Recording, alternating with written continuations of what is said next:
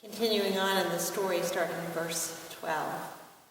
The next day, as they were leaving Bethany, Jesus was hungry. Seeing in the distance a fig tree and leaf, he went to find out if it had any fruit. When he reached it, he found nothing but leaves, because it was not the season for figs. Then he said to the tree, "May no one ever eat fruit from you again." And his disciples heard him say it.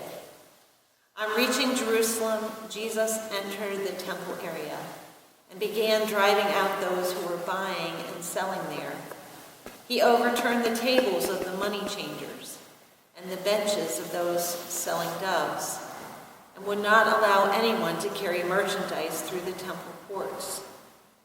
And as he taught them, he said, "Is it not written, 'My house will be called a house of prayer for all nations'? But you have made it a den of robbers."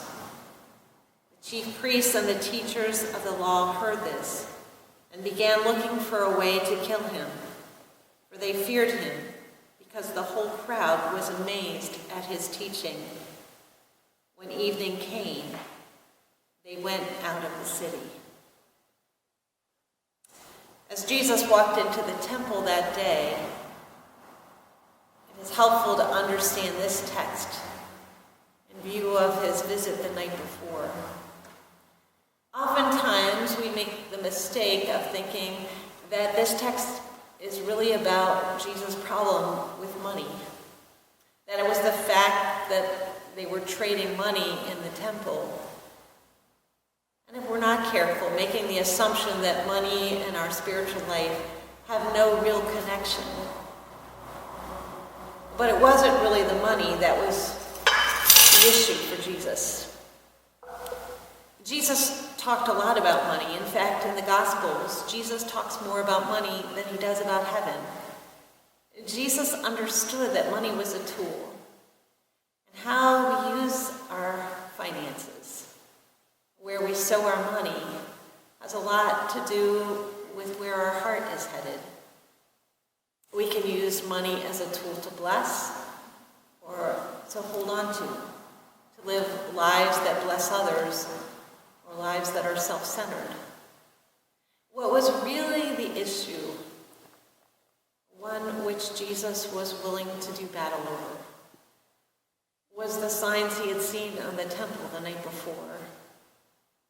There in the outer court, in Greek and Latin, were signs that were forbidding those who were Gentiles, not Jewish, from engaging in the worship in the inner courts.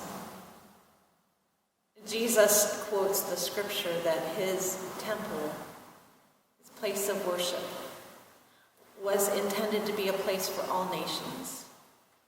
The very mission that God had for Israel from the beginning was not just to bless the Jewish people, but through Israel to bless all nations.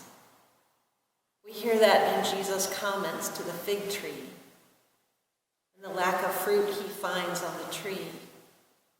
It's also the lack of fruit that he sees in Israel. And so Jesus overturns the tables and wants to restore that place to be a place of true worship for those who are far off from God, to find a true home with him. I wonder, for those of us who are in church, whether it be First Church or another, if we can, as Jesus visits us this morning, think about those places and practices that we have that make it difficult for others to join us. Perhaps we are putting up obstacles, that someone has to change their lifestyle or their appearance or other things before they can possibly feel as if they are accepted and loved by God. That could be a temple cleaning for our hearts. And I want to reach out to those of you who are perhaps new to church. Perhaps you have been made to feel at some point in your journey unwelcome by First Church or another church. or simply didn't hear the message that God was working ahead to create a place for you, not only in the temple, but by his death on the cross. And if that's your situation this morning, I want you to hear that that day, Jesus was doing battle so you could be included. I'm going to invite you to pause the videotape again and ponder these questions. Do you feel like an insider or an outsider with God's people? What's one thing you can do this week to help someone know that they are loved by God? You can pause the tape.